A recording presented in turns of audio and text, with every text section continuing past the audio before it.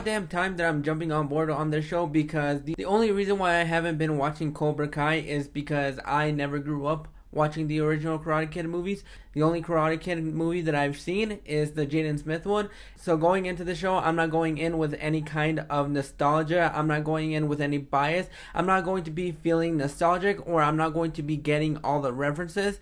But I really enjoyed the show for the most part because I found the characters endearing. The show picks up nearly decades after the last film ended, and Joey Lawrence is still holding his grudges about not winning with that illegal kick that happened back in the days. And Daniel LaRusso has moved on, capitalizing on his win back in the day. He has a family, he has a company, and so going back for a lot of people that really grew up watching the Karate Kid, it's going to feel nostalgic seeing these guys back older and seeing what their lives are decades later, maybe 10, 20, 30 years later, 35 years later.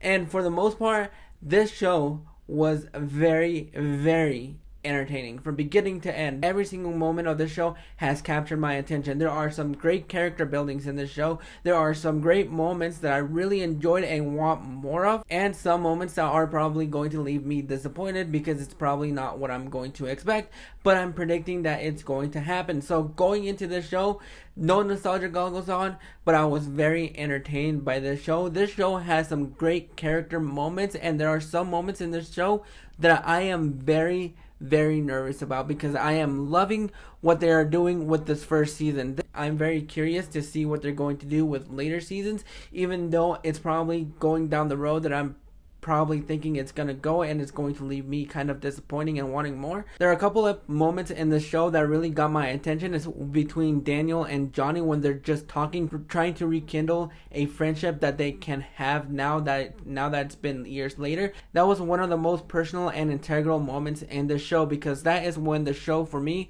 absolutely worked. With the new members added, Miguel, Dimitri, and Eli, I thought that friendship right there was great. I really like the chemistry between Miguel and Sam. I thought that is one of the great chemistries that actually worked for me and is an actual fit. Of course, it goes down a cliched road where the boyfriend sees the girlfriend with another guy, thinking that they are in a relationship or that the girl is cheating on him. It goes down that road, which made me kind of not like Miguel towards the end of the season because it just made him turn into an asshole. And that I was really vibing with him for the first couple of episodes up until it got to that point, because I really like his family situation they were in, because that was a little bit relatable to me to when I was in that same position at one point. Of course, I didn't have a girlfriend in high school, but I really like his mom, his grandma. I think his grandma is one of the highlights. Of course, you have those two cliched mean girls, mean guys that really doesn't work, but just seeing on the IMDb page about how long Yasmin is in,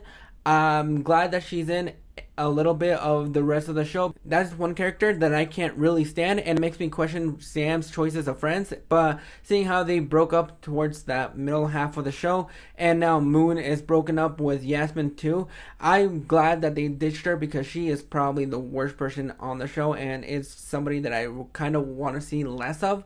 So I'm glad that she's in the show less moving forward. But seeing Johnny's Sensei come in at the end of the season, it kind of makes me wish it doesn't go down the road where it's a rematch between Johnny and Daniel, which is probably where it's going. And I kind of really don't want to go down that road, maybe in one season, but I kind of don't want that competing rival to mirror Karate Kid, because I am really loving this show when it's just Daniel and Johnny trying to reconnect, because that is when the show was strong. Having it mirror the same things that happened in the Karate Kid is where it's going to lose me, especially with Robbie there.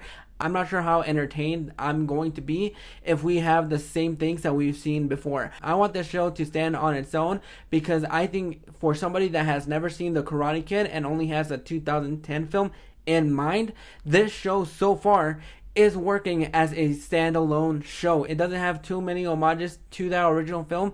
It doesn't have too many references, and that is why I'm loving this show so far, is because it's not constant reference to the original. It's more of the progression of these characters and they're moving forward in life.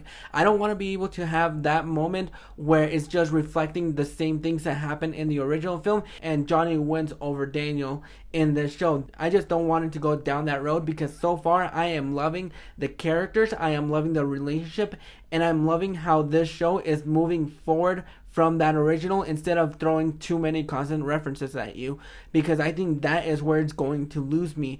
And that is one of my biggest worries, because I was very entertained throughout the entire things. Really loved the fight match at the end of the season. I'm loving a lot of these choreographies.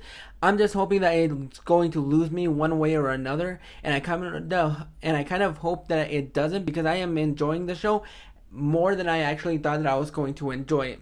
But those are my thoughts on the first season of Cobra Kai. Have you guys checked it out? What is your thoughts on that first season or on the show? Go ahead and drop those thoughts in the comments below. And if you like this video, go ahead and click that like and subscribe button so you don't miss out on more reviews. Click that bell notification so you get notified every single time that a video pops up.